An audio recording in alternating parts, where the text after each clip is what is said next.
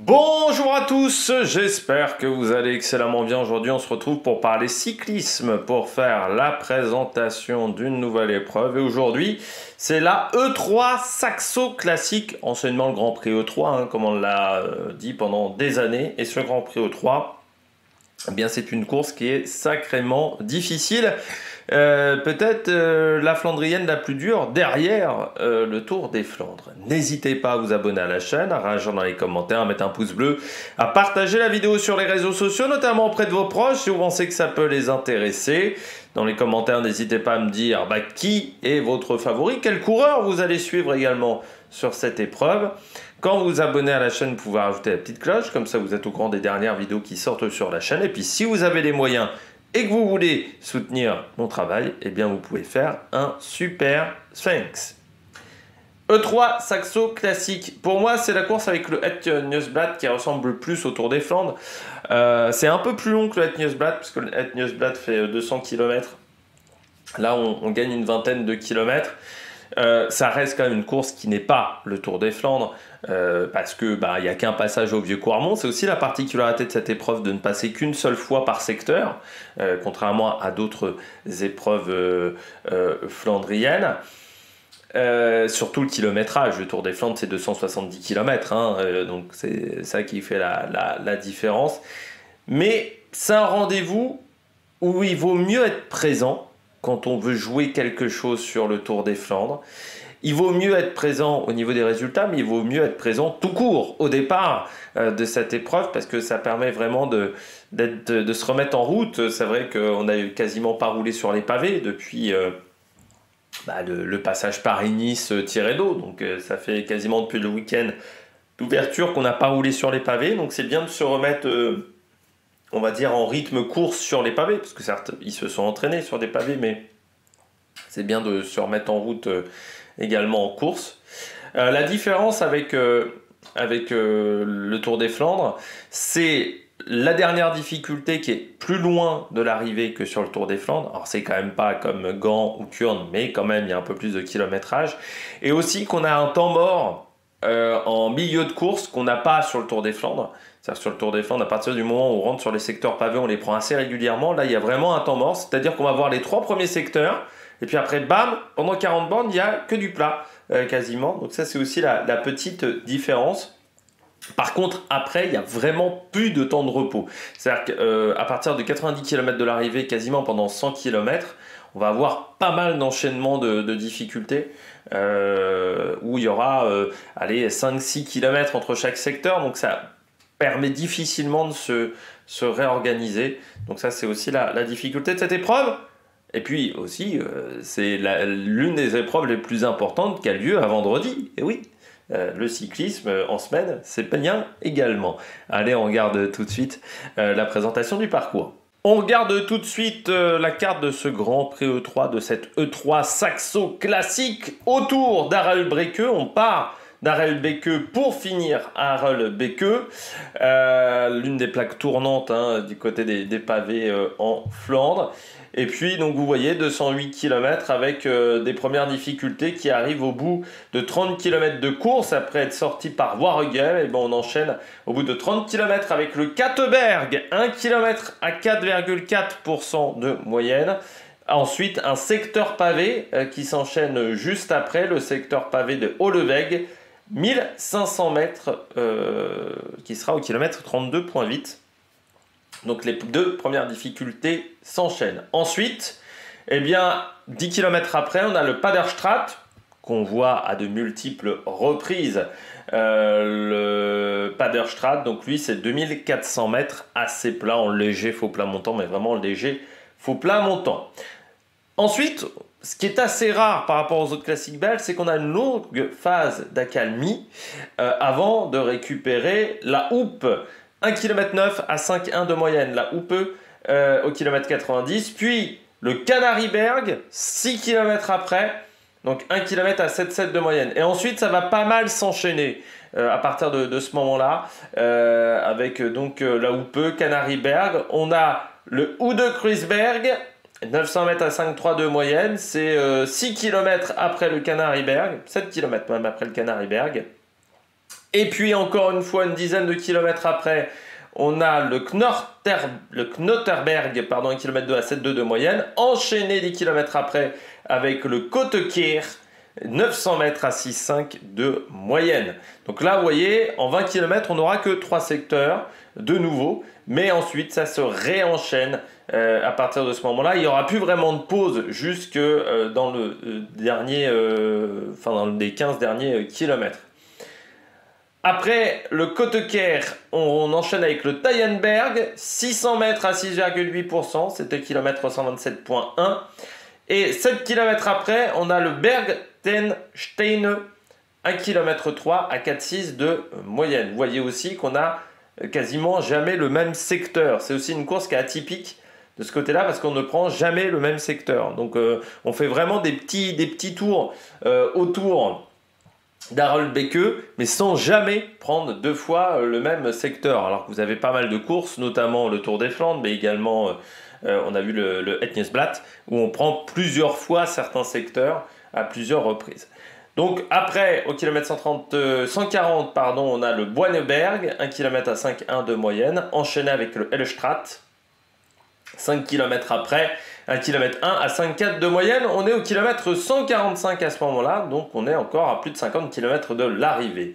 Et puis ensuite, on enchaîne avec le Stachenberg. En fait, c'est Stachenberg plus Maria-Borestraat. Donc le Stachenberg, c'est 700 mètres à 4,2%.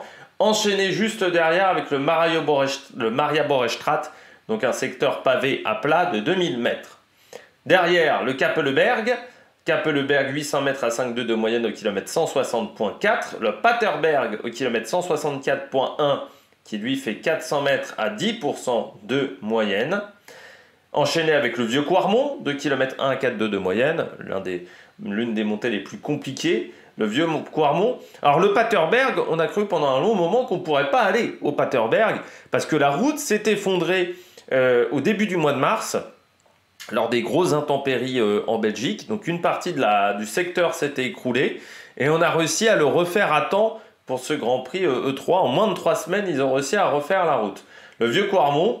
Et puis après le Vieux-Quarmont, on a le Karnemelkbergstraat, 1 km 5 à 5,5 de moyenne, c'est 2 km 175,9. Avant le final, avec le secteur de Varan, 2000 mètres au kilomètre 184, et puis le Teigenberg, 800 mètres à 4,9 de moyenne, qui sera au kilomètre 186,8 au niveau du sommet. Et puis après, eh bien, ça sera la fin de course, donc avec une vingtaine de kilomètres. Alors, il y aura encore quelques difficultés, mais il y aura vraiment une vingtaine de kilomètres à plat pour rejoindre Harold Beke pour cette fin de journée. On regarde la météo du côté du parcours. Alors voilà, donc vous voyez, hein, c'est très compressé en termes de difficulté. C'est très particulier, hein, encore une fois les classiques belges, parce que voilà, vous voyez, on fait une petite boucle sans jamais passer 2 fois par le même secteur, mais en fait, on est dans une zone qui est très proche. Donc, Harold Beke, pluie prévue au niveau de la météo, 13 degrés, ce qui ne va pas faire très chaud. Et puis surtout, un vent de sud-ouest en rafale entre 20 et 40 km/h. Donc, vent de sud-ouest qui sera plutôt défavorable dans le final. Dans les secteurs pavés, plutôt défavorable. Dans la toute fin, il sera plutôt de côté, donc il faudra faire attention dans la fin pour revenir sur Harold Beke, de ne pas se prendre une petite cassure, mais normalement la sélection sera faite auparavant. On regarde tout de suite le palmarès de cette épreuve. Le palmarès de ce Grand Prix E3, première édition 1958, à l'époque remporté par un Belge, Armand Desmet, devant Lucien de Münster et Briek Schott. Qui était donc un triplé belge. Le premier vainqueur non belge, c'est Jan Raas en 1979. On a du Walter Planckaert en 1976. On a du Rick Van Looy en 1969 et en 64, 65, 66 également pour Van Looy. Jan Raas qui fera un triplé lui aussi, 1979, 80, 81. Il y a aussi Thurot, premier nom belge, c'était Dietrich Thurot en 77. J'ai dit une petite bêtise. On a du Eddy Plancard 87-89, du Museau en 92, également en 98. On a également Mario Cipollini en 93 qui s'était imposé. On a le quadruplé de Tom Boonen en 2004, 2005, 2006, 2007 et puis sa 5e victoire en 2012. Fabian Cancellara, lui, s'était imposé en 2010, 2011 et 2013. Peter Sagan en 2014, parmi les vainqueurs. On a eu également Geraint Thomas en 2015, Kwiatkowski en 2016, en 2017 Van Avermaet devant Philippe Gilbert, Terpstra devant Philippe Gilbert également en 2018, Stibar devant Van Aert et Van Avermaet en 2019. Vous noterez également que Philippe Gilbert ne s'est jamais imposé sur cette épreuve, et puis Casper Asgreen en 2021 devant Florian Sénéchal et Van Der Poel, Van Aert devant Laporte et Stefan Kung en 2022, et puis Van Aert de nouveau vainqueur en 2023 devant Van Der Poel et Pogacar. C'est la seule fois de l'année, même on avait eu les trois gros ensemble, donc meilleur résultat d'un Français, c'est une deuxième place avec Laporte et Sénéchal. Et il y a eu en fait très peu de... C'est les deux seuls Français également sur un podium sur cette épreuve. Donc c'est une course qui a rarement réussi aux coureurs français. Voilà, c'est une course qui a vraiment réussi énormément aux coureurs belges, hein, principalement. On regarde les équipes présentes au départ. La Visma Lease Bike avec le dossard 1 pour Van Aert. Il n'y aura pas Christophe Laporte, mais on aura quand même Jan Tratnik, Tige Benoot ou encore Jorgensen. Du côté d'Alpecin de Koninck, le champion du monde Mathieu Van Der Poel sera au départ avec Søren Kragh Andersen et Oscar Riesebeck. Du côté d'Intermarché, on aura Binyam Girmay avec également Hugo Page au départ et Georg Zimmermann. Du côté de la Soudal Quick-Step, on aura Julien Alaphilippe avec Casper Asgreen ou encore Gianni Moscon. Du côté d'Arkea, on vient avec Albanese, on vient également avec Mathis Louvel et Mozzato, mais ça reste assez faible. Astana vient avec Fedorov, avec Max Kanter ou encore Gleb Cieza. Du côté de la Bahreïn, on vient avec Mohoric, Fred White ou encore Andrea Pasqualone. Du côté de la Bora Hansgrohe, Danny Van Poppel sera au départ avec Marco Haller notamment et Nico Denz. Du côté de la Cofidis, on vient avec Aimé de Rent, on vient également avec Alexis Goujard, Alexis Renard et Axel Zinglet. Du côté de la Decathlon, AG2R, la Mondial Team, on aura Oliver Nezen, on aura également Jordan Labrosse, Bastien Trochon, encore Dries de Bonde. Du côté de F Education Easy Post, Alberto Bettiol sera au départ avec Stéphane Bissegger. Du côté de la Groupama, Stefan Kung, Madouas et Lewis Aski au départ. Du côté d'Ineos Grenadiers, on aura Narvaez, Viviani, Sheffield au départ. Du côté de la Lidl Trek, on aura Mats Pedersen avec Stuyven ou encore Dan Houle qui était tombé du côté de Nockereux mais qui revient. Du côté de la Movistar, Lascano, Cavagna avec également Northgard. Du côté de la DSM, on aura Edmondson, Casper Van Uden, Bran Walton. Du côté de la Jayco Alula, Michael Matthews avec également Luc Dorbridge au départ. Du côté de la UAE, Tim Willems, Covey avec également Hirschi et Mikkelberg.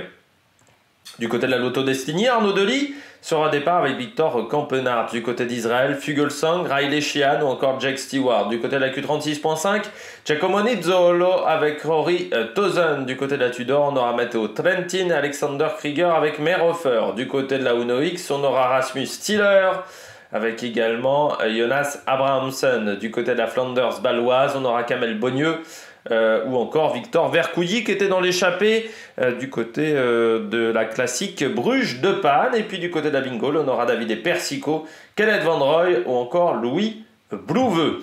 Je vous donne mes favoris. Nous sommes jeudi, nous sommes le 21 mars, il est aux 11h23, donc il peut y avoir encore des modifications du côté de la liste de départ. Mes favoris, eh bien je commence avec Mathieu Van Der Poel. Il aura déjà Milan-San Remo dans les pattes. Alors oui, il n'a pas fait de course pavée avant.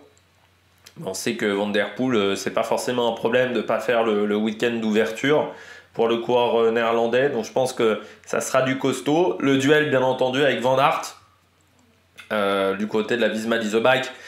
Le souci de Van Aert, c'est qu'il n'aura pas Laporte pour jouer en cas de sprint. au niveau ogre à deux têtes. Par contre, il y a Jorgensen, il y a Tijvenot, il y a Tratnik, donc il y a encore du monde pour attaquer de loin et tenter de sortir et tenter de mettre la pression sur Mathieu Van Der Poel. Surtout que Van Der Poel, par exemple, n'aura pas Axel Laurence qui est du côté de la Catalogne. Arbitre de ce match pour moi, Tim Wellens, qu'on a vu très en forme sur le week-end d'ouverture, qui a fait quand même du boulot dans le Poggio pour Pogacar. Donc c'est un coureur sur lequel il faudra compter. On l'a vu également à Neuquereux. Et puis Bettiol, vainqueur de Milan-Turin. 5e de Milan-San Remo, donc coureur qui est en forme, l'Italien, du côté de F et du Cachan Easy Post. Du côté des coureurs à suivre, j'ai mis Arnaud Delis. Je vais le suivre parce que forcément, il y a eu une interruption, on va dire un petit peu de saison après sa chute au Sama et son abandon sur Paris-Nice. On l'a vu à Kortrijk. Vendredi dernier, voilà, je vais pas dire le nom de la course parce que c'est trop compliqué, où il a été impressionnant dans les coups de bordure, donc on va voir ce que ça va donner. Madouas, pour le moment très discret, mais on arrive à un moment important pour Madouas, donc j'espère qu'il va être présent. Mohoric, toujours là en deuxième rideau, j'ai envie de dire Mohoric jusqu'à maintenant, donc on espère qu'il va passer un cap. Et puis Matteo Jorgensen, très en forme sur Paris-Nice, vainqueur de Paris-Nice, qui avait été également très présent sur le week-end d'ouverture, donc c'est un coureur là aussi qui est en forme. Du côté du programme télé, départ 11h52, et puis Eurosport 2 à partir de 14h, arrivée prévue aux alentours de 16h15, 16h, 16h15, 16h30 à peu près pour les 3 horaires de cette épreuve. Eh bien, nous, on se retrouve ce soir pour faire le débrief de cette journée. D'ici là, n'hésitez pas à vous abonner à la chaîne, à réagir dans les commentaires, à mettre un pouce bleu. Et puis nous, on se retrouve pour de nouvelles aventures sur la Mec Production. Ciao, ciao!